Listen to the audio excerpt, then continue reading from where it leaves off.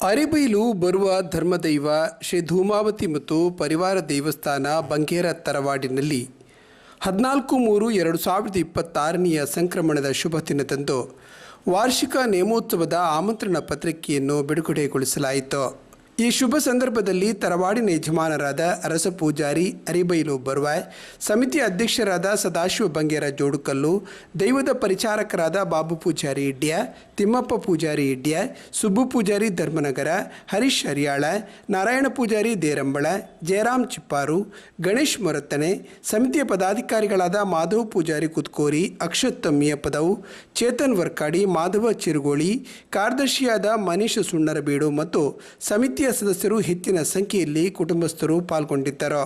April 26ರಿಂದ 28ರವರೆಗೆ ವಾರ್ಷಿಕ ನೇಮೋತ್ಸವ ವಿವಿಧ ವೈದಿಕ, ಧಾರ್ಮಿಕ, ಸಾಂಸ್ಕೃತಿಕ ಕಾರ್ಯಕ್ರಮಗಳೊಂದಿಗೆ ವಿಜೃಂಭಣೆಯಿಂದ ಜರುಗಲಿದೆ ಎಂದು ಈ ಸಂದರ್ಭ ತಿಳಿಸಲಾಯಿತು.